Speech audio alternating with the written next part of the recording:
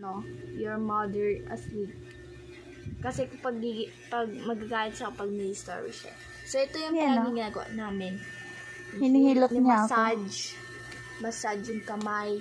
Kahit mabaho yung kamay. Uy, mabaho bang kamay ko? Wow, pasaway ka. Kinukuha ng whiter sa ulo kasi madami daw whiter siya. Tapos, nimamassage ulo hanggang paa dito.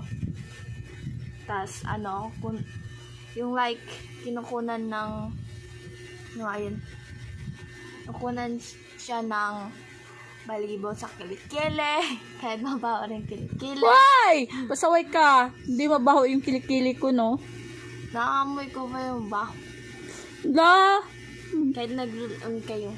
Tapos, hindi mabaho kilikili kinukunan ko, ah. ng, like, parang dito sa Tapos, yun, nimamassage namin yung ulo niya. Kasi, this is, parang, kailangan kasi may repayment. Madaya rin naman na sakit na yung kamay nyo. Tapos, nakakaupo din, masakit na yung dito nyo. Kasi, hindi kayo nag-relax yung nanay nyo. Pero, worth it rin naman. Worth it. Try nyo, guys. Bakit hinihilot mo ako lagi? Kasi kapag hinilot to, kailangan igihan nyo para malakas. Pero hindi siya makasapak. Ganun kasi mamaya. Pag-iilot natin, lalambot na yung kamay niya. Lambot na. Di ba kasapak? I always do this every time na parang naramdaman kong iingay na yung bunganga. Inihilot ko siya palagi. Even in food, kahit nagtatrabaho siya, nag-relax na yung mind. Tapos, hindi siya makagalaw. Stuck na siya sa bed.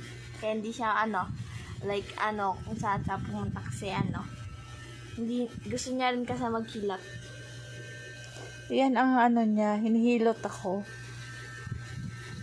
Akala Tapos, niya. rin, kapag tuwing alis, hinihilot ko siya kasi, yung, alam kong stress siya, tapos yung, naman siya, lalaki na naman bunga nga.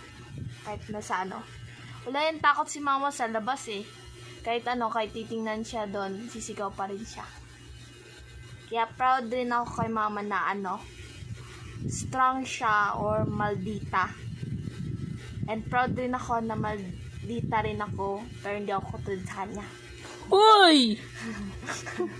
Proud ka na maldita ka, pero di ka to. Bakit maldita ba ako? Ang bait ko kaya. Yung sabi nyo, kasi kayo naman may alam sa sarili nyo eh. So guys, thank you for thank you for watching this video. Worth it, guys. Ipi-play ko kayo kasi ipi-play ko kayo kung sino nag-like dito. Kasi worth it sa namin. Sa magkakaroon kami ng pera.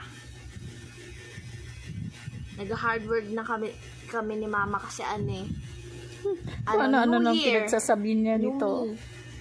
Wala ko maisip eh. Kailangan maganda yung, nyo, tinutulungan ko rin si mamang, mag-kapkat, kasi pangit siya mag-edit. Pero hindi ako nag-edit sa kanya kasi walang time. Kaya please guys, like the video, and, follow my mom.